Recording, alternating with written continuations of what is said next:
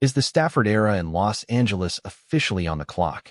We just witnessed a move that could ignite the biggest quarterback controversy in the history of this franchise, and the implications are absolutely insane.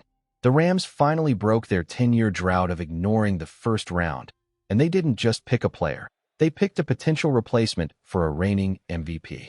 This is a total masterclass in future-proofing, or a complete disaster waiting to happen in the locker room. You need to see how this depth chart is actually shaking out, because what's happening behind the scenes is nothing short of a chess match.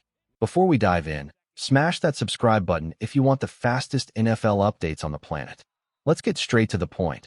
The selection of Ty Simpson at pick 13 has sent shockwaves through the league.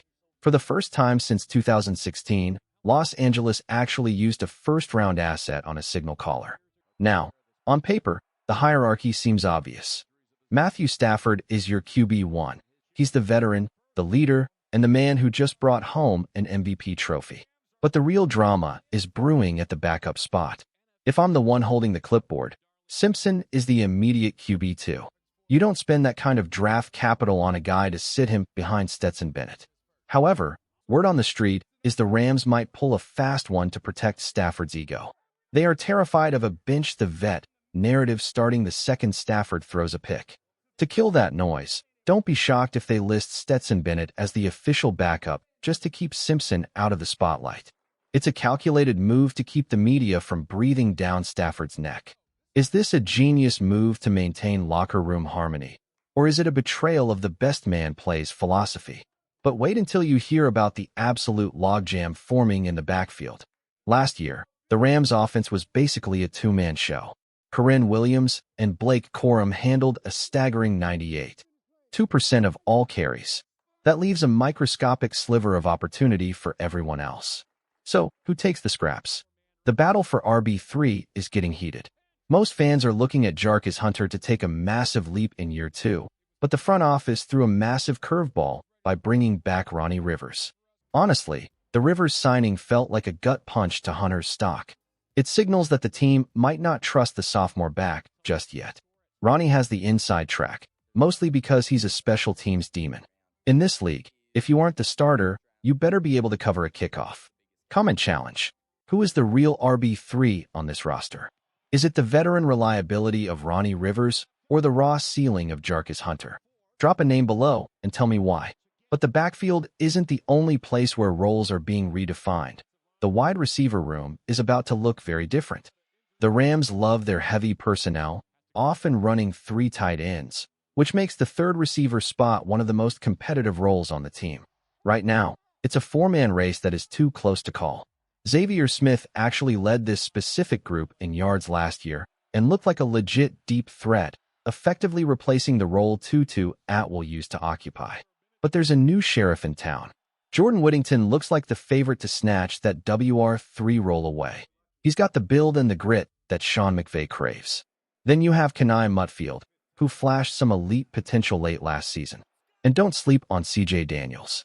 Sure, he's a 6th rounder, and this offense is notoriously hard to learn. Just ask Kyren Williams, who took a year to find his footing, but Daniels has the tools to be a late-season factor. If he can master the playbook, this receiving core becomes a nightmare for defensive coordinators.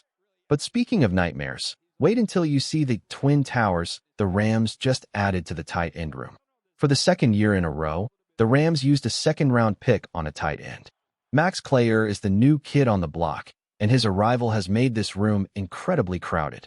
You've got Colby Parkinson and Terrence Ferguson at the top, with the veteran Tyler Higbee still in the mix.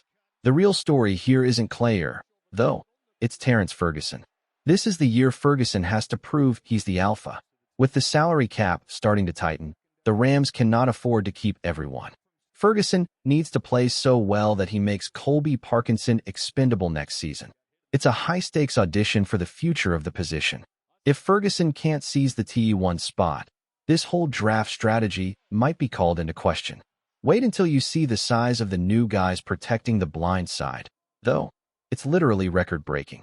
The starting 5 on the offensive line looks solid, returning the same group that finished last year. You've got Alaric Jackson at left tackle and the powerhouse Kevin Dodson at right guard. But the depth behind them is where things get interesting. Enter Bryce Henderson. This guy is a literal mountain at 6 feet 8 inches and over 300 pounds. He struggled a bit after transferring to Vanderbilt, but his physical tools are something you just can't coach. He's a project, for sure, but if he develops, he could be the steal of the offseason. Along with Henderson, keep an eye on Keegan Trost. Trost is the ultimate Swiss Army knife. He can play almost any spot on the line. If an injury hits, he's the first man off the bench. But will this line be enough to hold off the defensive changes we're seeing? The defensive line and edge rushers are undergoing a massive transition. With a mix of late-round picks and undrafted hungry players, the Rams are looking for a diamond in the rough. Tim Keenan is the name to watch. He's not going to give you much in the pass rush department, but he is a brick wall against the run. On the outside, Wesley Bailey is the athletic freak trying to make the jump from Louisville. He's got the speed, but can he handle the power of NFL tackles? It's a steep uphill climb for these guys, especially on a roster this deep. But the most desperate need on this defense? Coverage. And we might have found the answer in the most unlikely place. If you remember the heart-wrenching loss to the Seahawks in Week 16, you know exactly why the Rams signed Nikhai Hillgreen. Seeing A.J. Barner wide open on that two-point conversion because the linebackers were lost in space was a total disaster. Hillgreen is an undrafted free agent, but he might be the best coverage linebacker we have from day one. He thrived at Alabama against the best competition in the country. If he can prove he can lock down tight ends over the middle, he isn't just making the roster, he's going to be a starter. We haven't had a guy who can erase the middle of the field in years. If you want to see Hillgreen make the final 53-man cut, you better be cheering for him this preseason. And finally, we have to talk about the secondary, where the Rams spent the big bucks. The secondary was a massive weakness last year, but the front office went aggressive in free agency. Adding Trent McDuffie and Jalen Watson is a complete game-changer. McDuffie is your locked-in CB1, and Watson provides the size and length to match up with the NFC's elite receivers. The real question is what happens behind them.